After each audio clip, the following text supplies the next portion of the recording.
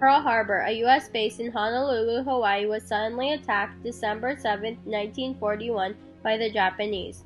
Over 2,400 Americans died during the attack, and 1,000 were wounded. The Japanese had attacked many other places in the past, such as Sarawak, British Borneo, Thailand, Indochina, and Manchuria. The reason for the Pearl Harbor attack was that the Japanese were blocked from receiving important materials such as steel and aviation fuel. The United States placed this embargo because Japan tried to take over more territory. Millions of people gave their lives fighting for fascism and imperialism, but Pearl Harbor was the event that forever changed the course of human history. Sam Graves. In response to the attack, on February 19, 1942, President Franklin D. Roosevelt signed Executive Order 9066, which called the exclusion and internment for all Japanese Americans from the West Coast, where the majority of the Japanese Americans lived, outside of Hawaii. The exclusion and incarceration of Japanese Americans began in March 1942. Relocation of the Japanese Americans into internment camps during World War II was one of the most flagrant violations of civil liberties in American history. According to the census of 1940, 127,000 persons of Japanese ancestry lived in the United States, the majority on the West Coast. There were 10 internment camps which were located in California, Idaho, Utah, Arizona, Wyoming, Colorado, and Arkansas, eventually holding 120,000 people. Fears abounded about a possible fifth column cooperation among Japanese Americans living in Hawaii and on the West Coast. Japanese leaders in California who are counseling their people, both aliens and native-born, to cooperate with the Army in carrying out the evacuation plans are in effect offering the best possible way for all Japanese to demonstrate their loyalty to the United States. The government has a history of not treating people fairly, from the internment of Japanese Americans in World War II to African Americans in the Civil Rights era. Rand Paul. That stereotype of Asian Americans as the enemy was all too real for George Takei from his very youngest days growing up in Los Angeles. I remember that morning, and in fact, I can never forget that morning. It was a terrifying morning. I was in the living room looking out the front window, and I saw two soldiers come marching up our driveway, and I saw at the end of their rifles shiny bayonets.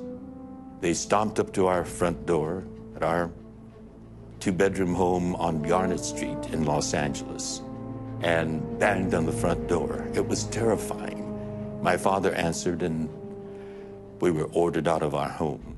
I look at my grandparents and what they dealt with in the Japanese internment in Arizona.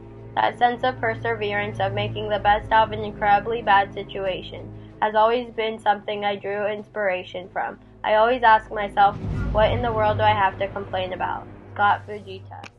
Families slept in barracks that were 6 one-room apartments. Each family got one apartment with a wood-burning stove, a light hanging from the ceiling, and one cot for each person. They didn't have plumbing in the barracks. They were guarded by 8 towers with machine guns. If you would try to escape, you would be killed if caught. The U.S. justified its action by claiming that there was a danger of Japanese Americans spying for Japan. No man can tame a tiger into a kitten by stroking it. There can be no appeasement with ruthlessness. There can be no reasoning with incendiary bomb. Franklin D. Roosevelt. More than 2/3 of those interned were American citizens, and half of those were children.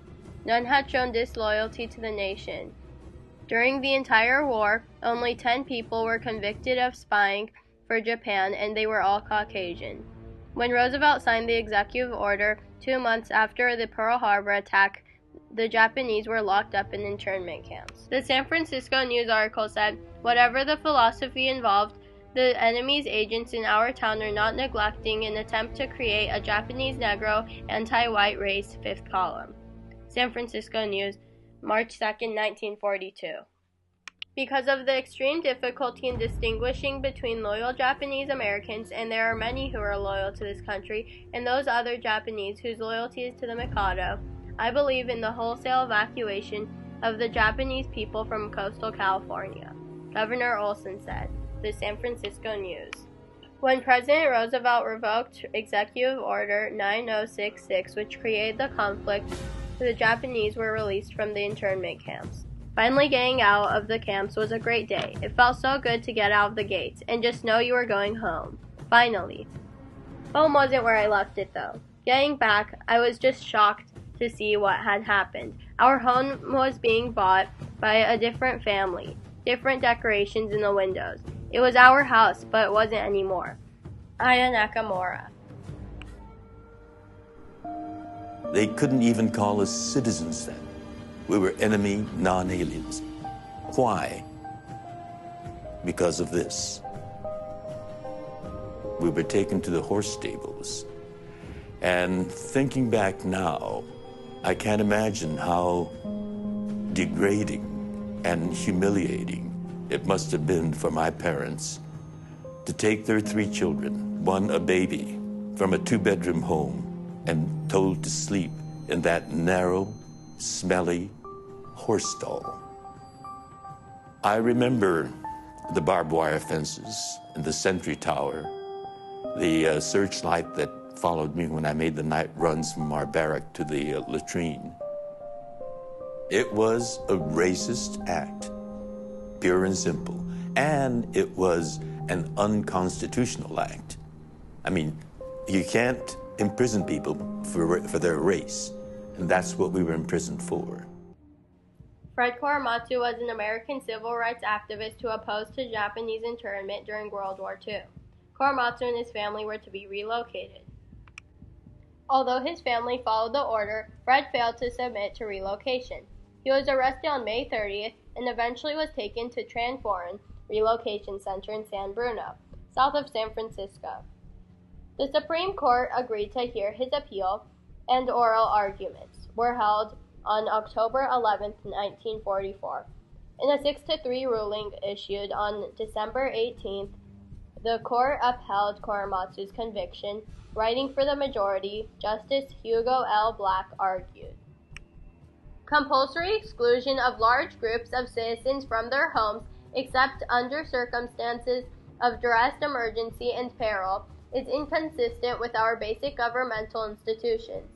But when, under conditions of modern warfare, our shores are threatened by hostile forces, the power to protect must be commensurate with the threatened danger.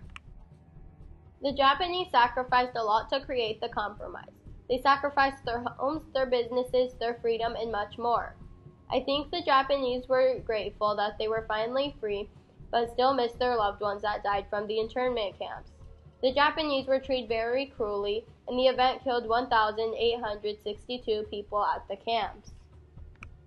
At the end, the sides have compromised, and they got what they wanted. The Japanese were released, and each survivor was given $20,000, August 10, 1988.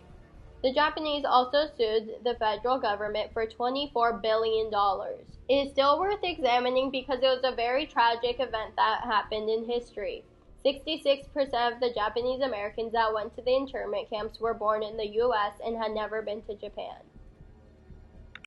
We were American citizens. We were incarcerated by our American government in American internment camps here in the United States. The term Japanese internment camp is both grammatically and factually incorrect. George Takei. One person can make a difference, even if it takes 40 years. Fred Korematsu. President Ford issued a formal apology to the internees in 1976, saying their incarceration was a setback to fundamental American principles, and Congress authorized the payment of reparations in 1988. The episode remains, for many, a living memory. Now, with immigration reform proposals targeting entire groups as suspects, it resonates as a painful historical lesson.